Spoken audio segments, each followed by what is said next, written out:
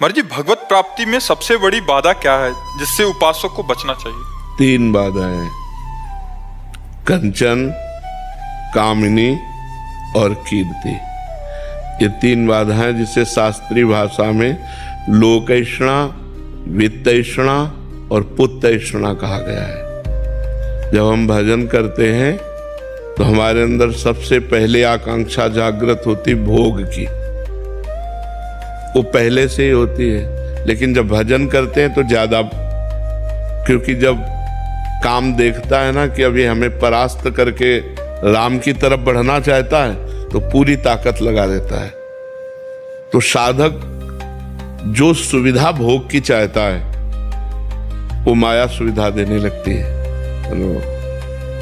जो भी भोग जैसी भी भावना करेगा उसको बिल्कुल पर्सनल सुविधा मिल जाएगी, पर वो भगवत प्राप्ति से भ्रष्ट हो जाएगा। जो चतुर सुजान साधक, नहीं मुझे भोग नहीं भोगना, मुझे भगवान की प्राप्ति करनी है। हर इंद्री का भोग होता है, रसेंद्री का अच्छा अच्छा खाना, नेत्रेंद्री का मनमानी देखना, जैसे गंदी बातें देखना भी तो मोबाइल आदि से, कानों से गंदी बातें सुनना।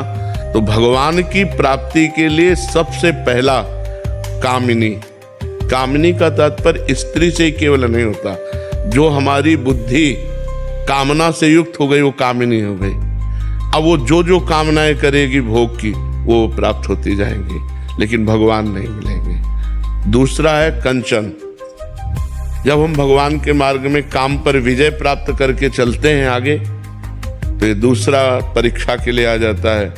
रुपया, कितना अधिक रुपया हम इकट्ठा कर सके, हमारा कितना वैभव अधिक बढ़ जाए, ये आकांक्षा जागृत होती है। जहां इस आकांक्षा में साधक फंसा तो भगवान की प्राप्ति से गया।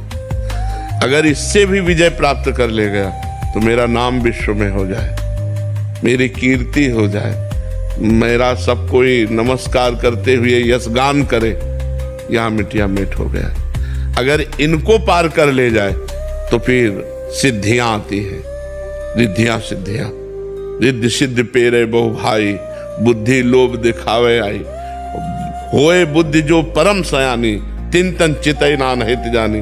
जो रिद्धियों सिद्धियों का भी त्याग कर दे वो भगवान को प्राप्त होता है। तो भगवान की प्राप्ति में ये बाधाएं हैं, कंचन, कामिनी, कीर्ति और सिद्धियां।